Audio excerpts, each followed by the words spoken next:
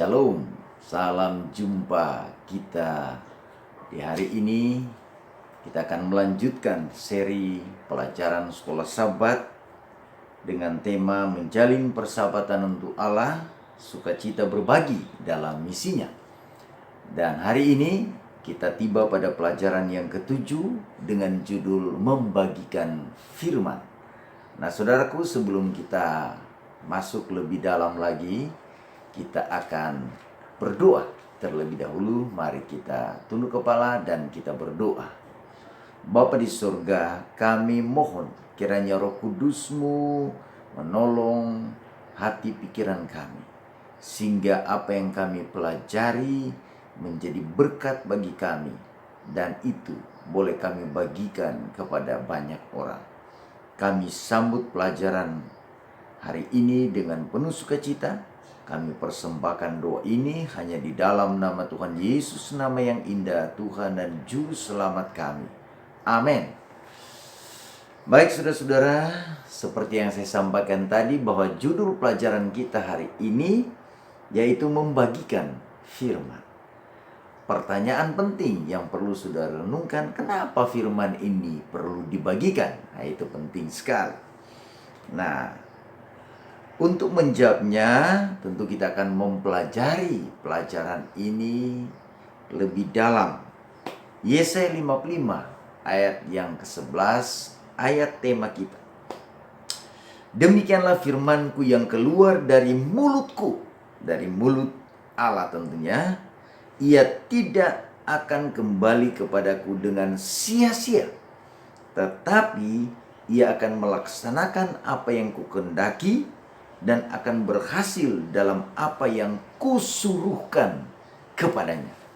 Saudaraku, sudah lihat firman katanya yang keluar dari mulut Allah tidak akan pernah menjadi sia-sia. Kenapa? Tentu kita akan pelajari sebentar. Ya. Nah, satu hal yang saudara perlu untuk memahami apa yang disampaikan oleh Yesaya 55 ayat 11 sebuah dengan judul kita membagikan firman adalah ini, bahwa tujuan utama kita membagikan firman ini itu bukanlah untuk membuktikan katanya bahwa kita ini benar dan orang lain salah. Bukan itu tujuan utamanya. Tapi tujuan utamanya adalah untuk mengungkapkan Yesus dalam setiap segi dari kebenaran yang kita bagikan itu. Itu penting. Jadi ini perlu diingat. Jadi tujuan utama dari membawakan firman, membagikan firman, ya, sesuai dengan apa yang Yesaya maksudkan dalam Yesaya 55 ayat 11, agar firman itu tidak pernah sia-sia ketika dibagikan. Maka yang perlu saudara dan saya ingat bahwa tujuan utama dalam membagikan firman itu bukan untuk membuktikan bahwa saya atau saudara itu benar dan orang lain itu salah. Tetapi katanya kita harus mengungkapkan Yesus dalam setiap segi dari kebenaran yang kita bagikan itu. Nah, sebelum kita masuk lebih jauh tentang apa yang dimaksudkan oleh membagikan firman Tuhan, tentu kita akan belajar tentang manfaat dari firman Tuhan, kuasa kreatif dari firman Tuhan. Nah, kita perlu mengetahui dulu apa sebenarnya dengan firman Tuhan ini. Kalau saudara membaca dalam Mazmur 119 ayat 105, firman Tuhan ini disebut sebagai terang dunia. Mengapa disebut terang dunia? Artinya bahwa firman Allah ini penuntun bagi saudara dan saya, adalah jalan bagi saudara dan saya ketika saudara menemui kebuntuan hidup. Oh saudaraku, firman Tuhan adalah jalan keluar untuk saudara. Jadi jangan pernah ragu membaca firman Tuhan. Firman Tuhan ini dilambangkan sebagai terang dunia, terang bagi saudara dan saya. Yang kedua, ya, firman Tuhan ini dilambangkan seperti api dan palu dalam Yeremia pasal 23 ayat 29 kalau saudara baca di sana. Apa maksudnya ini? Firman Tuhan seperti api dan palu. Oh saudaraku, saudara dan saya tidak luput dari dosa. Ya, saya mau katakan, Roma pasal 3 katakan semua kita telah berdosa. Nah, untuk itu Yeremia pasal 23 ayat 29 katakan firman Tuhan itu seperti api dan seperti palu. Apa maksudnya? Kalau saudara dan saya hidup dalam keberdosaan, hati kita begitu keras oleh karena dosa, maka firman Tuhan yang gambarkan seperti palu, dia akan menghancurkan dosa-dosa itu. Dan setelah dia hancurkan, dosa itu berkeping-keping menjadi sampah. Itu akan dibakar oleh kasih Tuhan, oleh api kasih Tuhan. Dan dosa itu selesai dalam hidup kita. Itulah gambaran dari firman Tuhan. Luar biasa. Yang berikut, firman Tuhan disebutkan seperti benih katanya. Apa maksudnya? Saudaraku, ketika saudara membaca firman, itu bagaikan benih. Satu waktu, sesuai waktunya Tuhan, dia akan terus bertumbuh dan bertumbuh. Dan akhirnya menjadi sebuah pohon yang baru dari benih yang tumbuh itu. Ketika saudara membagikan firman Tuhan kepada orang lain, itu juga akan seperti benih kepada mereka. Satu waktu, dalam waktunya Tuhan, oleh pengaruh Roh Kudus, dia akan bertumbuh. Ya, dia akan bertumbuh. Bila mana orang itu menyambutnya, meminta Roh Kudus menuntunnya dengan hati yang jujur, orang itu akan diubahkan. Nah, itu. Ya. Jadi firman Tuhan juga diibaratkan, dilambangkan seperti benih. Yang berikut, dalam Matius pasal 4 ayat 4, kalau saudara membacanya di sana, disebutkan sebagai roti. Firman Tuhan itu bagaikan roti. Roti yang bergizi. Apa maksudnya ini? Ketika saudara lapar, saya mau katakan, saudara bisa dikenyangkan oleh firman Tuhan. Saudara akan dipuaskan dengan makan katanya. Firman ini yang digambarkan sebagai roti yang bergizi.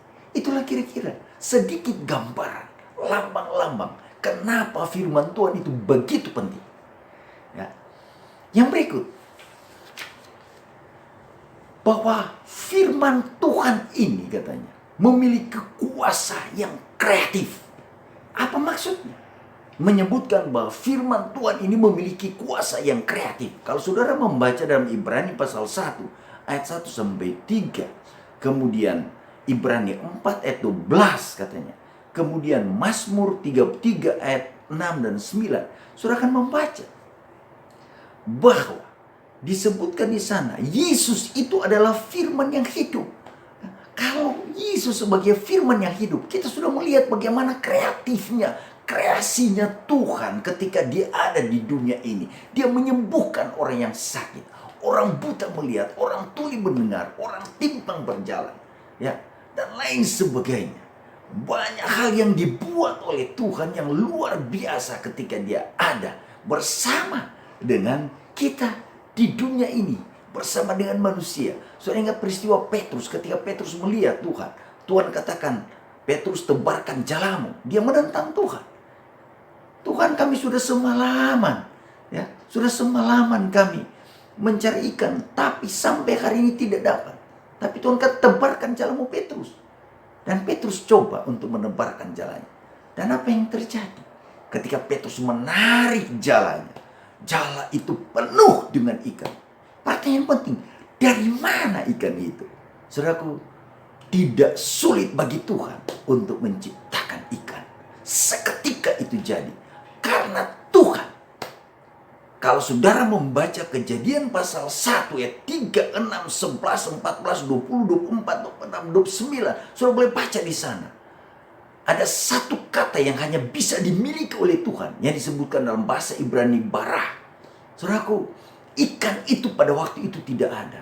Tapi ketika Petrus menebarkan jalanya, jala itu hampir sobek oleh karena ikannya penuh. Dari mana ikannya? Pertanyaan penting. Tuhan memiliki kuasa kreatif dalam mencipta. Saudaraku, tidak sulit bagi Tuhan untuk menciptakan sesuatu. Bahkan sesuatu yang tidak ada menjadi ada. Saya dan saudara sebagai manusia, kami hanya bisa membuat ketika produk yang saudara dan saya buat sudah ada bahan bakunya. Tuhan tidak perlu bahan baku. Tuhan adalah oknum yang memiliki kuasa untuk mencipta dari sesuatu yang tidak ada menjadi ada. Oh saudaraku, bahkan firman Tuhan menyampaikan saudara dari pelajaran ini bahwa Allah itu bukan hanya mencipta dan sesudah itu dia meninggalkan saudara dan saya. Tidak. Ya, Ellen G. White dalam bukunya Seri Membina Keluarga Jilid 3 halaman 112 menyebutkan Allah bukan hanya mencipta, tapi Allah menopang dan menjaga ciptaannya. Ini luar biasa. Oh saudaraku, bila mana saudara datang kepada Tuhan, ada kuasa yang luar biasa yang Tuhan akan buat. Dan bila mana saudara bagikan firman ini kepada orang lain, oh ada kuasa kreatif yang akan mengubah hati orang itu yang sepertinya sulit bagi kita. Tapi Tuhan akan mengubah orang itu. Ingatlah apa yang Kejadian pasal 1 sebutkan. Berfirmanlah Allah dan jadilah demikian. Oh luar biasa. Ada kuasa, ada dinamik di dalam firman Allah itu. Yang berikut, ada apa dengan firman Allah sehingga kita perlu membaginya? Yang berikut adalah firman Allah ini memiliki manfaat yang luar biasa.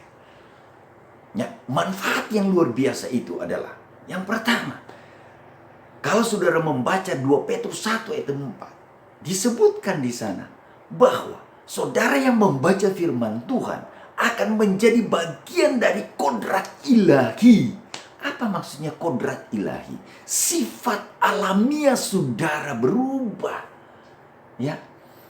Jadi sifat-sifat Allah yang penuh cinta, yang berbelas kasihan akan ada dalam hidup saudara. Luar biasa. Ya. Tadi disebutkan bahwa firman Allah seperti benih. Artinya, ya, bila mana saudara dan saya membaca firman Tuhan, manfaatnya luar biasa. Hukum alamiah katanya, ya. Baik intelektual maupun spiritual, ya. Oleh memandang katanya kita berubah. Artinya begini, ketika kita memikir-mikirkan Tuhan, membaca firman dan mengisi pikiran kita dengan firman Tuhan, saya mau katakan sesuai dengan hukum alamiah saudara, maka ketika pikiran kita dipenuhi oleh firman Tuhan, tidak ada lagi bagian yang kosong yang akan diisi oleh dunia atau pikiran dunia. Maka semua yang kita keluarkan adalah semua hal-hal yang mulia. Itulah sebabnya kalau saudara membaca dalam 2 Timotius 3 ayat 14, kalau saudara lihat sampai ayat yang ke-17, dia sebutkan agar kita memikir-mikirkan hal-hal yang mulia. Kenapa? Karena firman Allah ini katanya, firman Allah ini bermanfaat untuk mengajarkan doktrin, ya, untuk menegur dosa, untuk mengajar kita tentang kebenaran, kita menuntun kita dari kebodohan karena keberdosaan kita kepada keindahan kebenaran Tuhan. Oh, dan itu akan membuat kita terkagum-kagum dengan firman Tuhan. Dan sekali lagi, bila mana firman Allah ini telah masuk dalam hati pikiran kita dan telah mengubahkan kita menjadi bermanfaat bagi kita dan kita bagikan kepada orang lain, oh saudaraku, orang lain itu juga akan menerima manfaat firman Tuhan ini dan mengubahkan hidup mereka. Luar biasa. Yang berikut, ya, ada apa dengan firman Allah? Ya, firman Allah ini, ya, ketika saudara terapkan dalam hidup saudara, oh saya mau katakan kepada saudara, dalam firman Tuhan ada lebih dari 3.000 janji. Dan saya mau katakan, setiap janji dalam firman Allah ini ada manfaat yang tidak terkira di dalam janji itu. Jadi kalau firman Tuhan ini lebih dari 3.000 janji, ya, saya mau katakan setiap janji lebih dari apa yang kita harapkan. Artinya, ya, itu bukan hanya 3.000-an janji, lebih dari itu yang tidak bisa kita bayangkan. Bila mana saudara dan saya menerapkan itu dalam hidup saudara dan saya. Kalau saudara membaca 1 Yohanes 1 ayat 7 sampai 9, Filipi 4 ayat 13 sampai 19. Perikop-perikop ini kalau saudara baca, ini mengungkapkan Allah yang penuh kasih pengampunan, kuasa yang tidak terbatas, dan peduli kepada kebutuhan dasar kita. Janji-janji itu memberi kita kepastian bahwa Tuhan sangat memperhatikan kita. Oh saudaraku, jadi ketika saudara terapkan itu dalam hidup saudara, menghidupkan kehidupan yang saudara baca dari firman Tuhan, saya mau katakan, oh saudaraku, ini akan memberikan kepastian bahwa Tuhan sangat memperhatikan kita. Dan kita akan merasakan kepastian dari perhatian dan kepedulian Tuhan itu. Oh saudaraku, saudara juga boleh membaca janji-janji yang ada dalam Ibrani 3 ayat 19. Kemudian Ibrani 4 ayat 1 sampai 3. Saudara baca semua janji-janji berkat yang Alkitab, yang firman Tuhan sampaikan untuk kita. Itulah sebabnya. Hal yang terakhir yang perlu saudara dan saya ingat, ketika saudara menerima manfaat yang luar biasa dari firman Tuhan, ketika saudara diubahkan oleh firman Tuhan dan mengubahkan banyak orang, ya, saya mau katakan, oh inilah yang harus ada dalam hati saudara dan saya. Bagikan firman Tuhan itu. Kisah 4 ayat 20 katakan, ya, Petrus mengatakan, sebab tidak mungkin bagi kami untuk tidak berkata-kata tentang apa yang telah kami lihat dan yang telah kami dengar. Ketika sudah punya pengalaman terhadap firman yang saudara baca, manfaat, kuasa kreatif dari firman yang mengubahkan saudara dan saya, mengubahkan orang dan banyak orang. Saudara, saatnya bagi saudara seperti Petrus berkata, oh saudaraku, tidak mungkin bagi kami untuk tidak berkata-kata tentang apa yang telah kami lihat dan apa yang telah kami dengar. Oh, Petrus berkata dengan hal yang luar biasa. Demikian juga dalam Roma 1 ayat 14 sampai 16, Paulus berkata, aku berhutang baik kepada orang Yunani maupun kepada orang bukan Yunani, baik kepada orang terpelajar maupun kepada orang yang tidak terpelajar. Itulah sebabnya aku ingin untuk memberitakan kepada kamu yang diam di Roma, sebab aku punya keyakinan yang kokoh dalam Injil. Karena Injil katanya adalah kekuatan Allah yang menyelamatkan setiap orang percaya, pertama-tama orang Yahudi, tetapi juga orang Yunani. Oh luar biasa. Ketika saudara, hati saudara dan saya membara oleh karena kasih Tuhan yang luar biasa, yang sudah ada di dalam hati kita bersama dengan orang-orang yang kita ajar. Oh saudaraku, saya mau katakan, firman Tuhan sampaikan bahwa kita punya hutang. Kita merasa sangat berhutang bila mana kita tidak bagikan firman Tuhan ini kepada orang, yaitu tentang Yesus tentunya, tentang kasihnya, tentang cintanya, tentang penebusan, tentang penderitaan, kematian Yesus. Kita perlu bagikan semua itu untuk keselamatan saudara dan saya. Kita tidak bisa ditahan, hati kita akan berkobar untuk menyampaikan firman Tuhan itu. Di akhir dari apa yang saya mau sampaikan di hari ini untuk saudara dan saya, kutipan terakhir dalam pelajaran hari ini, Allah bekerja pada hati orang yang berada di sekitar kita. Jika kita memiliki ketajaman rohani untuk melihat di mana Allah sudah bekerja, kita akan secara teratur mengamati kesempatan untuk membagikan firman-Nya kepada orang lain. Ketika Allah mempersiapkan tanah hati, kita memiliki kesempatan menabur benih Injil. Roh Kudus mempersiapkan hati Nikodemus, wanita di sumur, wanita dengan masalah pendarahan, pencuri di kayu salib, perwira Romawi, dan banyak lainnya untuk menerima firman-Nya sebelum Yesus bertemu dengan mereka. Melalui keadaan-keadaan dalam hidup mereka dan melalui kesan Roh Kudus, mereka siap untuk menerima pekabaran Kristus. Kita mungkin memiliki keraguan-keraguan alami untuk bertanya kepada orang-orang apakah kita dapat berdoa bersama mereka, membagikan janji Alkitab, atau memberi mereka selembar bahan bacaan.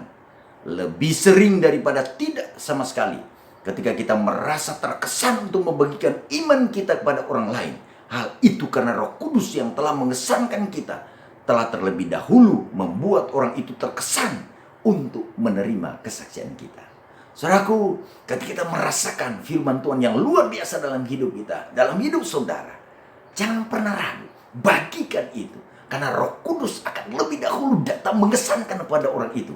Dan tanpa kita sadari, Roh Kudus telah bekerja bagi orang itu. Dan ketika kita bagikan firman itu, firman itu akan mengubahkan orang itu. Tuhan memberkati saudara sekalian. Adalah doa saya. Mari kita berdoa. Bapa di surga, kami telah belajar firman. Kami telah belajar bagaimana kuasa kreatif dari firman. Bagaimana manfaat dari firman. Dan bagaimana ketika kami menerima manfaat itu, kami diajar untuk membagikan itu, firman Tuhan itu kepada orang di sekitar kami atau di mana saja kami berada. Tuhan tolong melalui Roh Kudus-Mu agar membuat terkesan dalam hati kami. Agar ketika kami memberitakan firman ini kepada orang, kepada siapapun, mereka akan terkesan dan diubahkan untuk menerima Engkau sebagai juru selamat mereka. Terpujilah Engkau Tuhan, kami sudah mempelajari ini dan kami yakin Engkau telah menolong kami. Kami alaskan doa ini hanya di dalam nama Tuhan Yesus, nama yang indah, Tuhan dan Juru Selamat kami. Amin. Terima kasih saudaraku. Tuhan Yesus memberkati saudara. Shalom.